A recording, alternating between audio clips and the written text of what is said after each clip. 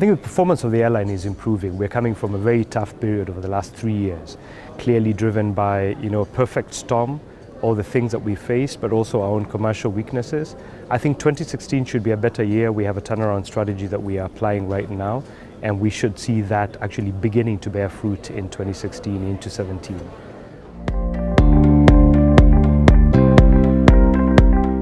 SkyTeam is an important part of our business.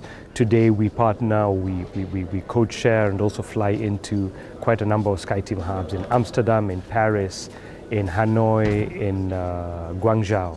And we are leveraging the SkyTeam network to fly people on our network. Today, when I look at the passenger numbers that are carried on us from SkyTeam, we have about 10 to 15% of our passengers from SkyTeam.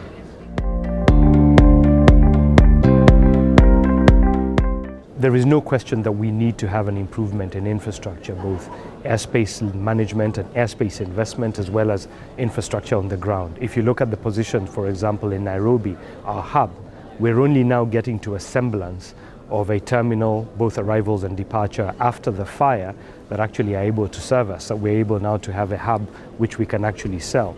If you look right across Africa, a lot of the infrastructure needs a lot of investment. When you look at aeronautical infrastructure, which is from ATC point of view, there's a lot of investment that still needs to be made, because Africa, from that perspective, is still an expensive place to do business. Today, 60% of my revenue is generated from Africa. In our revised business model, clearly we're densifying our strategy, creating much deeper penetration into Africa, because Africa needs to be that source base.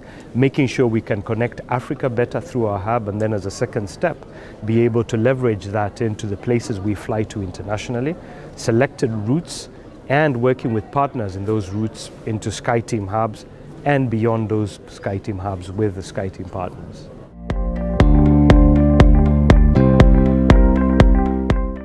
I would like to see an Africa where people operate visa-free.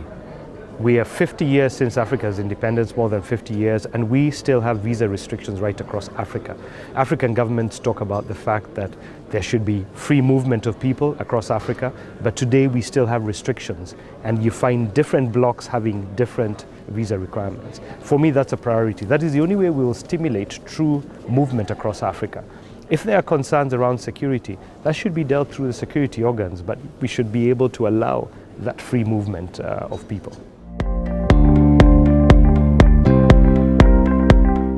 We've been part of the e-freight initiative. We are part of the commitment through IATA to do that. I think it's about simplifying the way we work.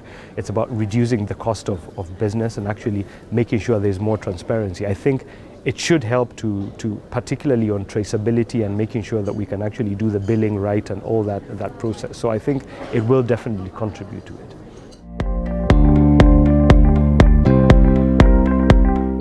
If I think about the future of Africa, if I think about why people still come to Africa, one of the big things is still around tourism. And tourism is linked to not only sun and sand, but also wildlife. And for me, I do not want to be in a situation where come 15, 20 years, or my children or my children's children do not have something to enjoy, number one. Number two, we are not able to enjoy the visitors who come to actually enjoy the flora and fauna of our countries.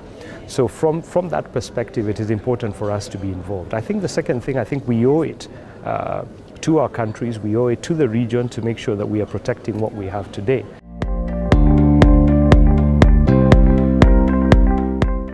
IATA is important to us because it also helps us to lobby for a lot of the fair business practices. If I look at some of the topical things we've had this week, we have a lot of money stuck in a lot of parts of Africa. IATA is helping us to try and unlock that. When we talk about cost of doing business in Africa, IATA is working with us regularly on that. When we talk about how do we increase the density of travel in Africa through Yamoussoukro or freeing up open skies and stuff like that, IATA is working with us and AFRA. So IATA is really, for us, a very good force for us to actually drive also the maturity of lobbying and engagement with governments.